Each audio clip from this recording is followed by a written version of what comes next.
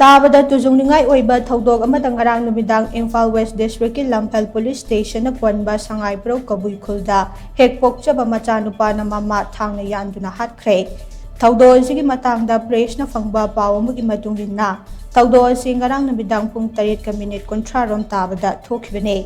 laikhidabi nupi adudi sangai pro kabui khuldege kamai madho chahi homphumanga mapuroibagi ming laikhidraba Ganesh Das kawe महाकु थांगने यानदुना हालिबा मचानुपा अदुना Sanjit दास सही कुंतरुकने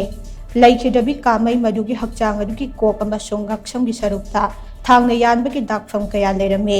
मिहाद असिदा चेनरिबा संजित दास पुलिसना फागतुना लमफेल police station दा पुदुना वाहंग पाउंग चथबदा महाकना हाइदोरकपगी मतुंग इन्ना मिहाद अदुदा सिजिनबनी हाइबा थांग अमसो महाकी युमगी मनिंग थंगबा सरुक्तगे पुलिसने recover तौबा ngamle हाइरे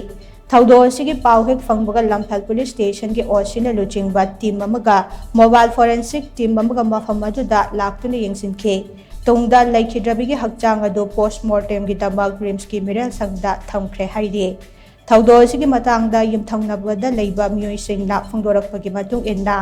था असिगी 18 दा हाइदोखिबा कोसेमना लौबा class 12 examination दा पास तौरकपा महिरोइ अमगी हराउबा फंगदोकपा ओइना खुल असिदा मियामगी ओइबा चाकलेन अमा चामिनदुना प्रेयर तौखे थौरमदो मधु सरुक यारमलगा युमदा हनखिबने ngaihak leiraba matungda madugi imung manungda ngai sangdanabagi khonjal tarakhe yumthangnabagi miyoi singna yum aduda changsinduna yenglubada yum madugi mayai thangba kada madu thawai yaudaba hakchang oina taduna leiramba thengnakhe yumthangnabagi miyoi sing aduna miyam tanaba laubudage Sanjay Das yum madugi maning thong phaudoklaga mafam adudagi khonjal khonglei thuna chenkhe महाकना चेलकपा अदुदा Saint Joseph school मनाक्ता duty तौदुना लेबा police personnel सिंगना महाकपो फाखिबने Sanjay Das drug de addiction centre दा लेरुबदगे चाही अमरोंगी ममांगदा युमदा थोलक्तुना लेरखिबने लैखिद्रबी कामई मदु संगाइप्रो कबुई खुलगे निंगोलने महाकी मपुरोइबना आसामगी गुवाहाटीदगिने मखोइगी इमुंग असे संगाइप्रोदा लैबा PWD क्वार्टर दा हाना लेरमबदगे संजय दास पोकलबा मतुंगदा संगाइप्रो खुलदा लैबा मधुगी मपामदा लेरखिबने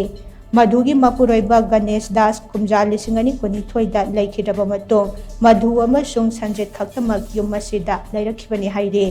लैखिद्रबी कामई मधु रिम्स हॉस्पिटल दा नर्स ओरमबदगे ममांग चहिदा थबक्तगी पोथाखिबने।